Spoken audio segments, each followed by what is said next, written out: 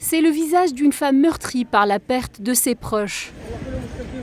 La douleur est profonde, les cœurs sont lourds et le chagrin est immense qu'il est impossible de retenir ses larmes. À l'hôpital Al-Aqsa de Deir el-Balah, ces familles font leurs adieux à leurs martyrs.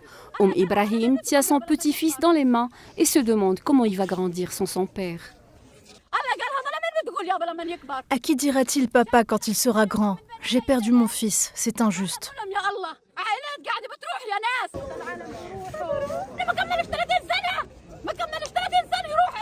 Mon fils n'a même pas 30 ans, il est parti, c'est injuste. Des milliers et des milliers de jeunes dont le sort est inconnu. À chaque fois qu'ils sortent, on ne sait pas s'ils vont revenir.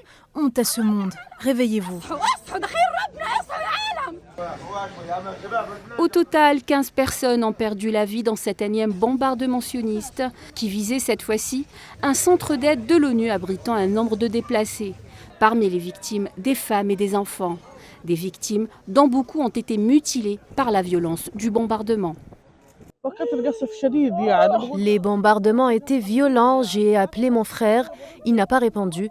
Sa femme et ses enfants non plus ne répondaient pas. Un homme a fini par décrocher et m'a dit que ce téléphone appartient à une femme qui est décédée et que sa fille a été blessée.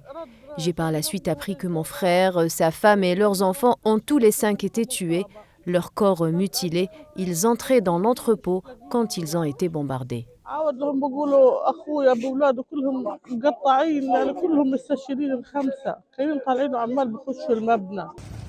Dernière prière avant d'accompagner les martyrs à leur dernière demeure en ce vendredi.